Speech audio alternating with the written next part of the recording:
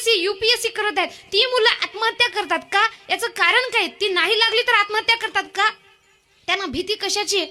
त्यांना भीती समाजाची. कारण आपण समाजातली लोक समजून घेत नाही. आपण समाजातली लोक काय म्हणतो, एवढा शिकला सवरला ना आता वावरामध्ये करायला लागा. शेती म्हणजे आपण काय कमी समजतो का? एक गोष्ट नेहमी लक्षात ठेवा, शेती ही कोणत्याच व्यवसायाला आटपत नाही. एक गोष्ट नेहमी लिहून ठेवा, माझी वावर आहे तर पावर आहे.